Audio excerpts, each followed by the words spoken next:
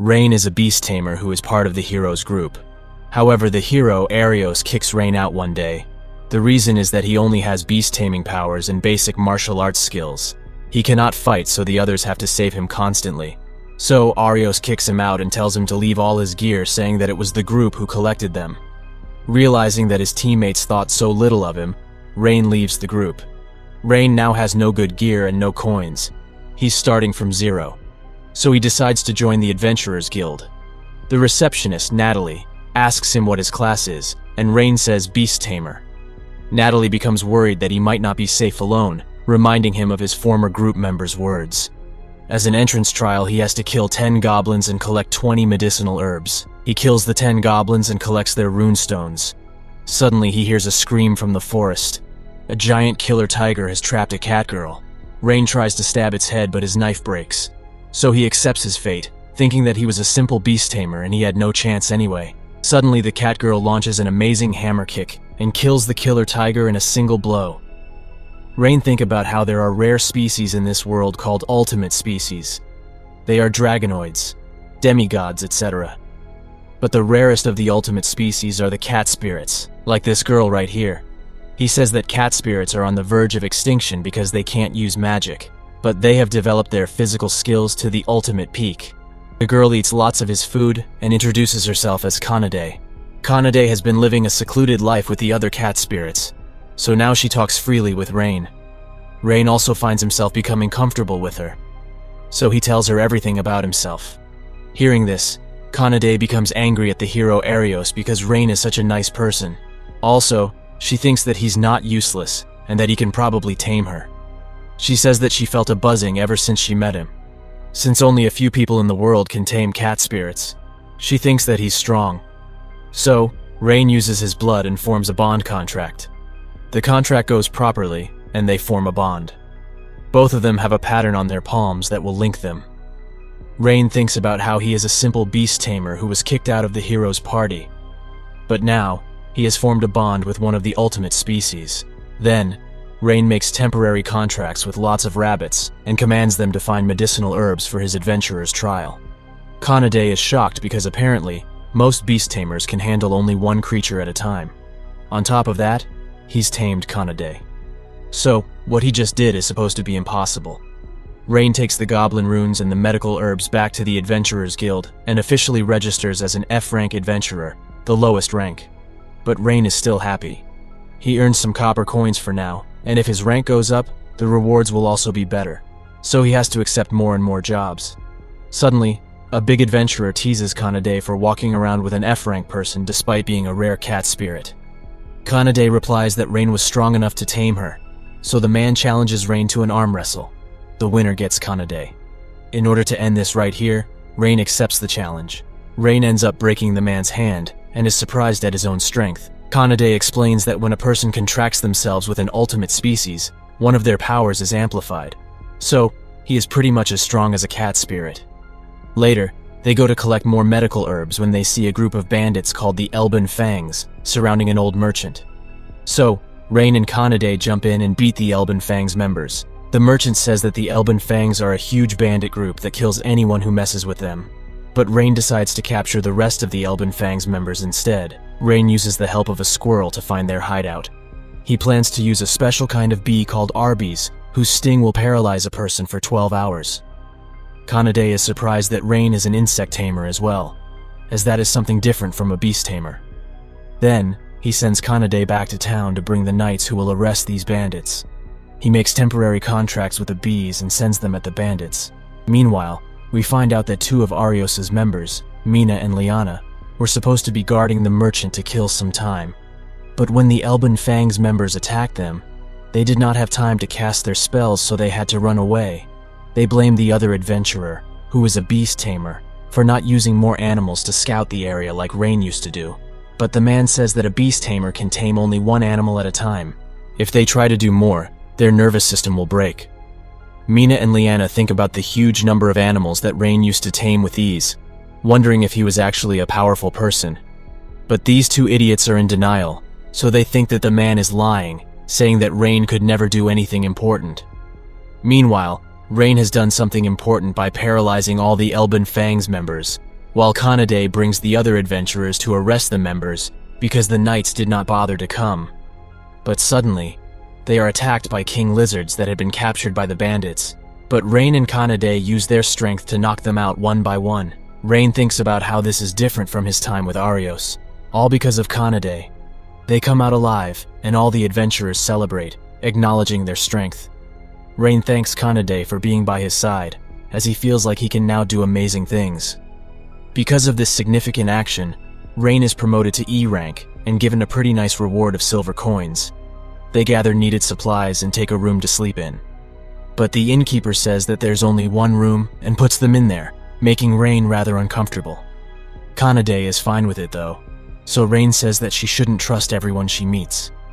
Kanade replies that she isn't trusting just anyone. She's trusting Rain. That night, Kanade thinks about how many people have tried to tame her for selfish reasons, but Rain protected her and talked to her like she was a normal girl. Also, she wants to help heal him from the sadness of being kicked out of the hero's party. One day, Natalie tells them about a hooligan who has been stopping people at a bridge and challenging them to a duel. He has been preventing everyone from crossing this bridge that connects the main continent from the southern islands. Because of the high reward, Rain and Kanade go there. At the bridge, they see a huge dragon, who turns into a girl named Tanya. She is a dragonoid, which is another one of the ultimate species. Tanya challenges them to a fight, as she's doing this for training, which is a tradition amongst dragonoids. Rain and Kanade put up a decent fight since Kanade is also an ultimate species. But Tanya is just too good for them, and she almost kills them. So Rain asks Kanade to buy him some time while he goes and uses a contract on a bird and tells it to bring more birds. They all prick Tanya and run away, but she collapses to the ground. Turns out, the birds that Rain used were of the poisonous kind. Their combined poison manages to paralyze even a dragonoid like Tanya. So, she surrenders and promises not to make trouble at the bridge again. They take Tanya back to town where Rain tells her to go far away. But she has decided to tag along with them to get some more training. She asks him to form a contract with her. So Rain goes through the usual rituals and they form a contract together. Tanya also gets the same symbol on her right hand. Since Rain has now made contracts with not one but two ultimate species, he feels like he's used up all the luck of his life. Meanwhile, Arios and the others are struggling to get through a dangerous forest called the Lost Woods because they don't have a proper tracker, and they now have to carry all of their own luggage, the things that Rain used to do. So, Arios decides to call Rain back, and once they cross the Lost Woods, they'll dump him again. Rain, Kanade, and Tanya are now a brand new trio, so they start taking up jobs. They find a huge swarm of slimes. Tanya asks Rain to use Fireball on the slimes. He says that his Fireball is weak, but tries it anyway. However, he creates such a massive explosion that the slimes are killed instantly, Tanya explains. Just like how his contract with Kanade gave him enhanced physical abilities like a cat spirit, his contract with Tanya gave him enhanced fire magic, like a dragonoid. They go back and collect a hefty reward which they use to eat a very good meal. It's the girls who do most of the eating. After they eat enough to fill an entire army, they ask Rain where he learnt beast taming. He comes from a small village where everyone is beast tamers. They all live their daily lives doing beast taming. However, his village no longer exists. When he was 12, he was out in the forest, practicing beast taming. When it became dark, he saw that his village was on fire. By the time he arrives, everyone was dead, as the village had been attacked by monsters. Some soldiers saved him, and he grew up working hard in an inn. Half a year ago, Arios and his group asked him to join them, and he happily accepted because he wanted to make a difference with the heroes group. But the truth was, Arios just used him for random work. He starts feeling pathetic, but Kanade says that she finally understands him a little.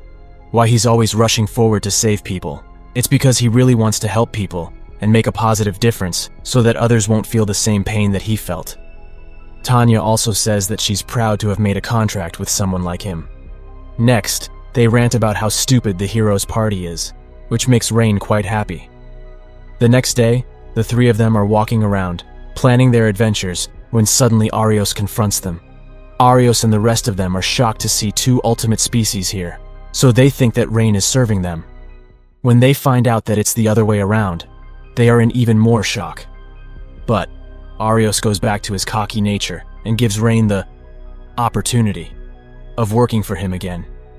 He wants Rain to help them pass the Lost Woods using his beast control and load transportation skills. But there's no way that Rain would agree to something like that. But Mina becomes desperate and tells him about the Shield of Truth, which is an important relic that they need to defeat the Demon King. Else, the Demon King will attack everyone. The powerful will protect themselves. But what about the weak ones? Rain is worried that the world will face the same thing that happened to his village. So, he agrees to help Arios despite the way he was kicked out. The heroes group mocks him, saying that he should have accepted right at the beginning and he wasted their time. So Kanade and Tanya demand that they fall to the ground and apologize to Rain if they want him. Else, they will destroy them. Man, to have friends like them must be a true blessing. But Arios and his team are too egotistical, and there's no way they would beg to Rain, whom they consider to be lowly. Arios grabs Rain by the collar and tells him to control his pets, referring to Kanade and Tanya. So of course Rain gets angry and punches Arios, shocking everyone, and that was one satisfying punch. Rain says that the two girls are his beloved comrades. So Arios challenges Rain, group versus group. Kanade will fight the bald knight, Agath. He's a super strong warrior whose blade shakes the entire forest. Kanade launches a barrage of attacks on him, and Agath is shocked that she's fast and her attacks hit like hammers. He prepares his strongest skills so Kanade uses just 50% of her strength and kicks him. He asks why she's serving a weakling like Rain, and Kanade says that it's because Rain is stronger than all of them. Agath crashes into a tree, which falls and he gets knocked out. Elsewhere, Tanya is facing Liane the magician and Mina the holy priest. They launch their best attacks at her, but being a dragonoid, it's too easy for her. She just snaps her fingers and their spells disappear. But they seem to have this belief that the hero's party has the divine protection of God. So, Tanya replies that Rain will tame more and more ultimate species, and he might even end up taming God. Then she shows them what proper magic looks like. She blocks out the entire sky with dark clouds and covers it with dozens of magic circles. Liane and Mina apologize, and Tanya forgives them. But they pass out due to shock. Elsewhere, it's the hero Arios versus our hero Rain.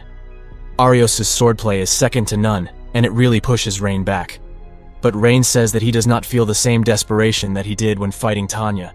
He punches Arios, making him spit blood. His attacks break entire rocks, shocking Arios. So, Arios uses the hero's special lightning magic, but Rain's powerful fire is enough to stop it. Arios still has other magic up his sleeve, but he suddenly becomes paralyzed. During their fight earlier, Rain was multitasking by controlling an Arby which has now paralyzed Arios. Arios begs for forgiveness while crying, but Rain is still angry at the way he mocked Kanade and Tanya earlier. He punches so hard that it causes an explosion in the forest. But he didn't really punch Arios. That would have killed him. Then, he happily reunites with Kanade and Tanya. The group rounds up all the heroes' party members and makes them apologize, with Tanya and Kanade doing most of the threatening. Then, the group continues on into the woods to retrieve the Shield of Truth that only the hero can wield. The two girls ask if he is okay with helping this hero who seems like a really bad person. But Rain just rubs their head, which makes them blush. Since the Lost Woods are constantly growing, Rain transfers his mind into a bird and finds out a narrow path. But when they follow the path, they are brought back to the same place. Tanya uses her magic to find a tree that is emitting illusion magic. That's the reason why they have been walking around in circles. She tells Kanade to break the tree, but just then, a strange female voice tells them to leave this place. And from the tree comes out a fairy, another ultimate species like Kanade and Tanya. Fairies can use magic which is more powerful than even dragonoids, and they hate humans because of how humans destroy nature for selfish reasons. The fairy threatens them, so they run away. Tanya and Kanade are ready to work together and fight. But Rain wants to solve this by talking, and the girls comment that Rain is just so kind. Rain says that he is not here to hurt the forest. The fairy prepares to attack him, so he accepts it. He thinks about how he has been in situations before where he could not communicate with words, so he had to show trust. The fairy attacks and he just stays there, just to earn her trust. He says that not all humans are bad like the ones she knows. The fairy becomes shocked, but she attacks again, and this time, Kanade and Tanya protect him. Then, they talk about what a good and kind person Rain is. The fairy is curious, and introduces herself as Sora. and she will hear what Rain has to say. She says that she won't take down the illusion barrier as it protects their fairy village. But if it is to defeat the Demon King, then she will give him the shield. So Sora goes inside and brings out the shield, giving it to him just like that. She says that it was an agreement between the fairies and the previous hero to pass on the shield when the time came. Then she tells them to leave. But Rain senses that something is bothering her, so he offers to help her. Sora almost tells him something, but she's worried they might get hurt. But Rain does not care if he'll get hurt. Kanade and Tanya also vouch for him. So Sora says that she has a younger twin sister named Runa. Sora and Runa were responsible for guarding the paths to the fairy village, but one day, they were attacked by a monster from the Demon King's army called Shadow Knight. In the fight, Runa was captured. The others are surprised because fairies are supposed to have powerful magic, but Rain explains that a Shadow Knight is a C-rank monster. It should not be able to defeat fairies, but it has the power to cancel magic.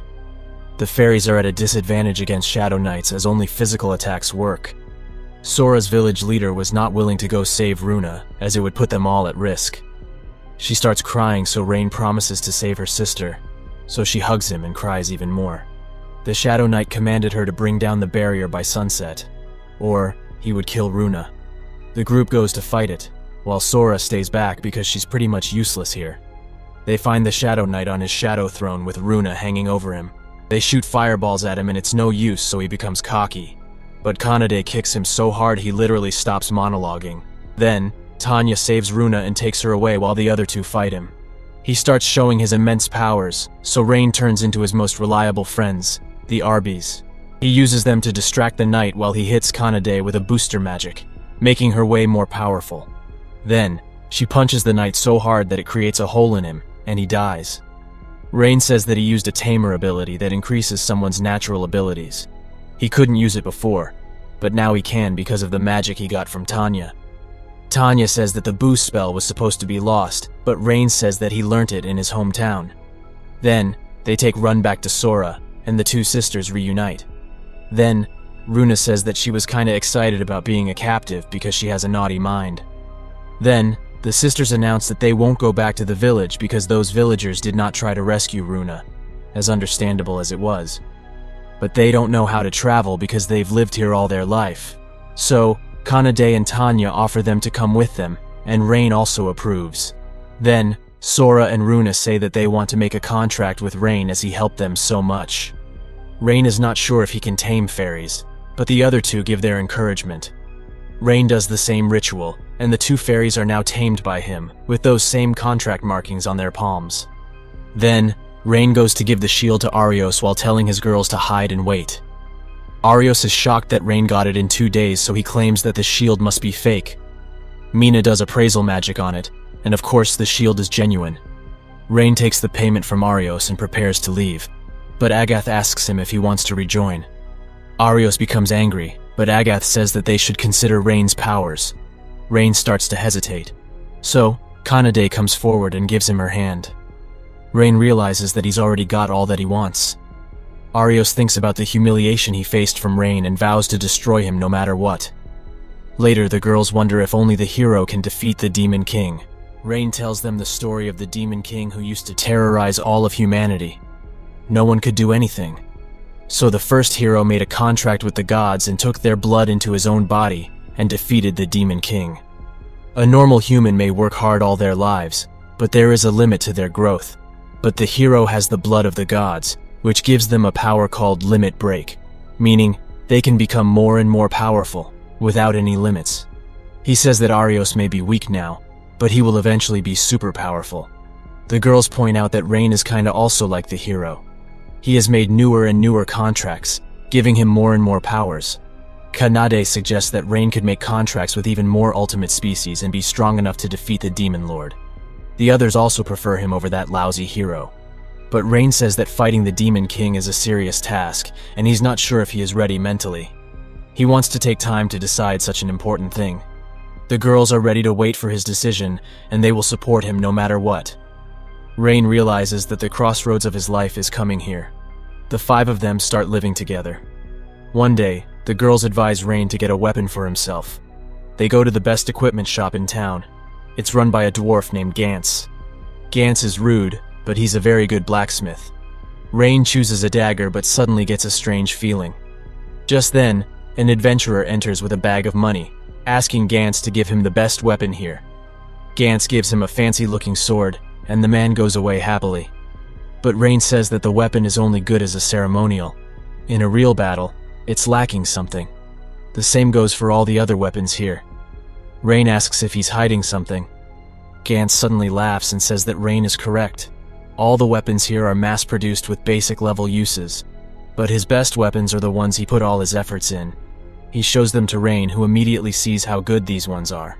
Gantz says that he does this because he wants his customers to match with the weapons that are perfect for their skills. He does not want low-level people to buy good weapons just because they have the money. Gantz asks how Rain could tell the difference. Rain says that being a beast tamer means he is used to observing every little detail of everything and everyone. Gantz is impressed and decides to make a special weapon just for him. But there is a problem. He does not have the right materials. The group goes back to the Adventurers Guild, which is really crowded. Natalie says that the hero Arios is recruiting members with the promise of fame and riches. But the group ignores them. Rain gives Natalie a request to investigate a mithril mountain. The mithril mountain belongs to Gantz's family, and mithril is used to make the strongest weapons. But somehow, the mithril has depleted there. So, Rain offered to investigate the mithril mine. It's a short hike there, but the two fairy sisters get tired easily because their physicality is almost non-existent. But they finally reach the mine. Rain suspects that the mithril is being depleted because of illegal miners. Suddenly, he notices an eagle moving weirdly, and sure enough, two illegal miners come out whom Tanya and Kanade quickly knock out. Rain needs information from them, so the two fairies offer to look into their memories. They find out that adventurers have been stealing the mithril, and there are 5 more inside. In exchange for helping him, the two sisters ask for a pet to their heads, which really makes them blush. Rain reminds them of the eagle that was moving weirdly earlier, and warns them that there might be a beast tamer amongst the miners. They enter the mine, but the other adventurers attack them immediately. However, they are no match for the ultimate species girls who take care of them with ease. Only the beast tamer is left, whom Rain knocks down with a single punch. So, he summons a behemoth, which is a B-rank monster. The behemoth starts wreaking havoc, causing danger to everyone involved. So the girls take their prisoners outside. Rain and Kanade stay back to fight. The plan is that Rain will distract the behemoth while Kanade will capture the man and make him stop the monster. Kanade easily captured the beast tamer, but he says he'd rather die than let his theft be known. So Rain makes a huge gamble and tames the behemoth, overwriting the other guy's contract. Rain says that he himself wasn't sure he could do it, but his friend's words gave him the motivation to do something which was considered near impossible. But the man goes into denial and starts yelling at the behemoth, so it attacks him instead. In order to save him, Rain kills the behemoth, and he sounds quite regretful at doing that. Then, they find out why they were stealing the mithril. They had all bought weapons from Gantz. Not the good stuff, but the mediocre stuff. Other adventurers had made fun of them, so as revenge, they were stealing his precious mithril. When Gantz hears this story, he realizes that he should have put his full effort in every single one of his weapons, instead of making mediocre ones and putting his customers through a test. He thinks that he's a failure, but Rain assures him that he now has a chance to make corrections. So Gantz decides to put his 100% effort into all weapons. He also asks what kind of weapon Rain would like, who replies that he wants a dagger and a gauntlet. Then, he secretly gives Gantz an idea.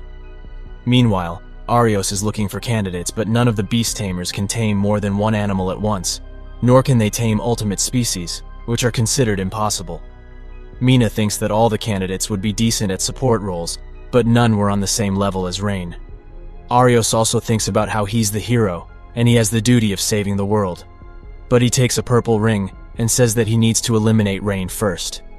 Elsewhere, Sora and Runa ask Rain if he feels anything different since their contract should have given him a unique power, like Kanade's strength and Tanya's magic. Rain says that he feels nothing. So the two of them get sad, thinking that they have failed as contract makers. But Rain says that he values their companionship more than their powers.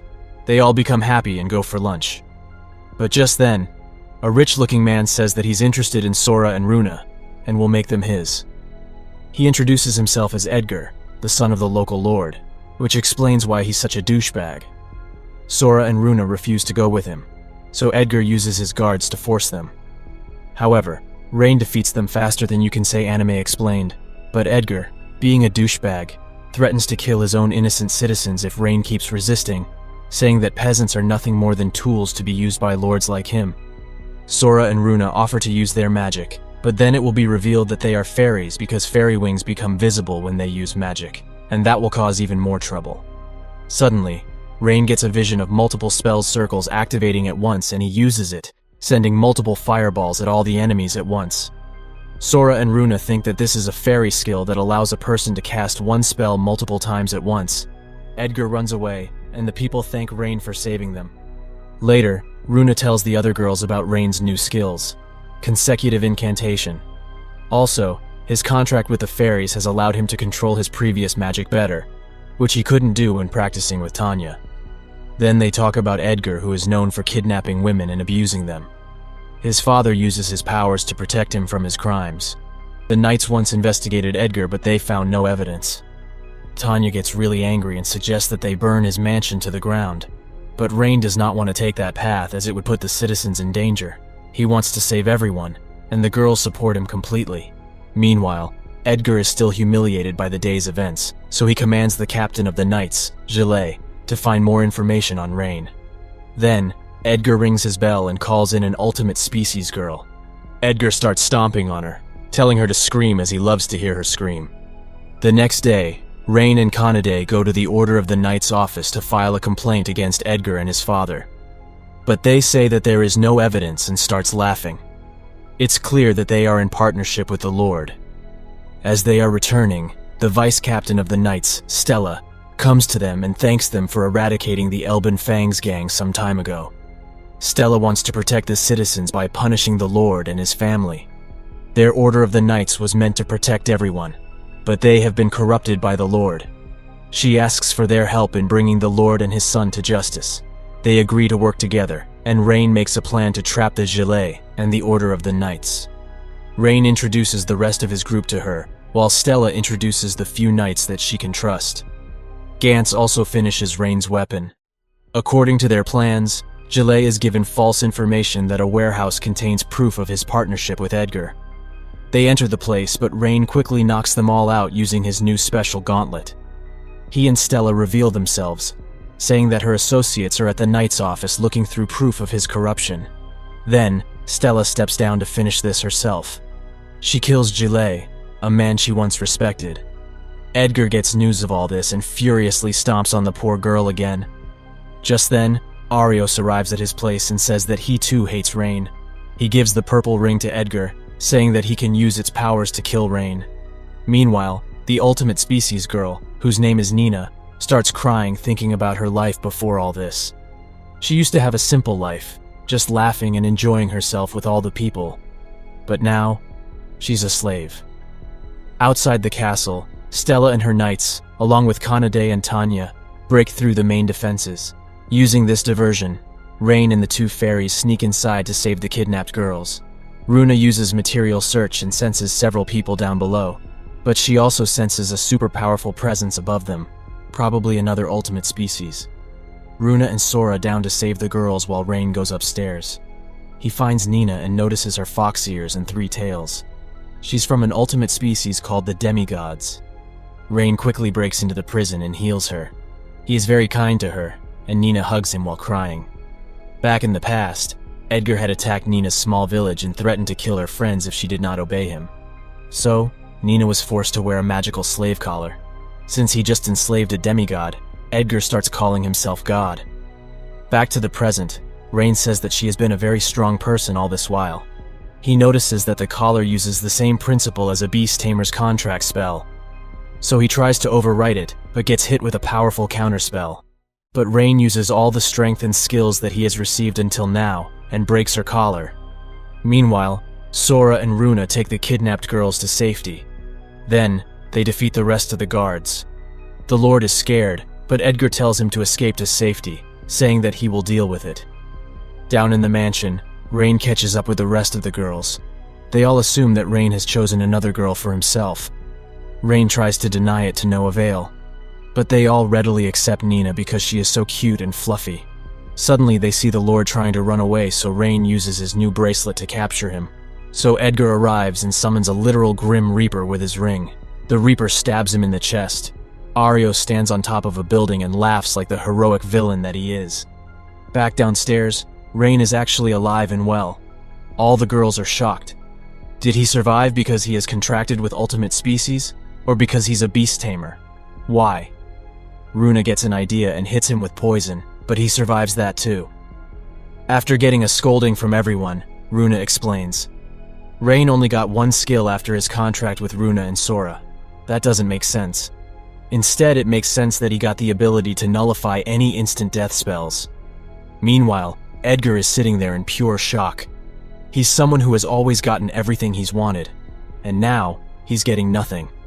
He is unable to accept this, and his negative emotions allow the ring to grow even more powerful, so much so that it completely consumes him.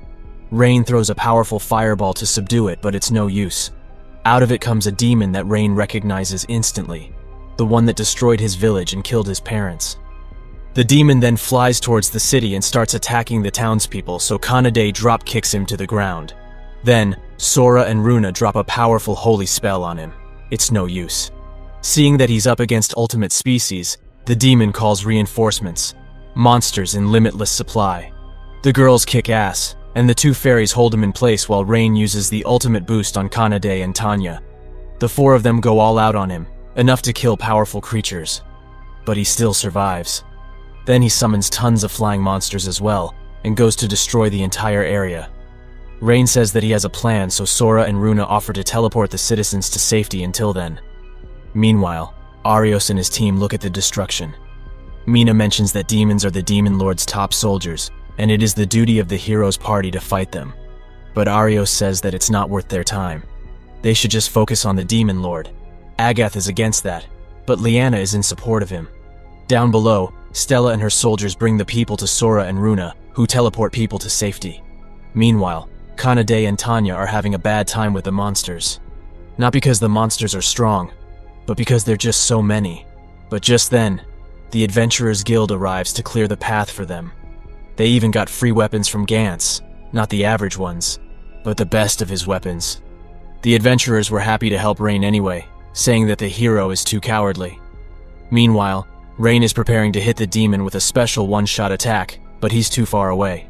They need instant teleportation magic, but the fairies only know time-consuming magic right now. Just then, Nina arrives because the plot needs her. Kanade and Tanya point out that demigods can do instant teleportation. Just what he needed. While Kanade and Tanya take care of a horde of monsters, Rain takes Nina with him.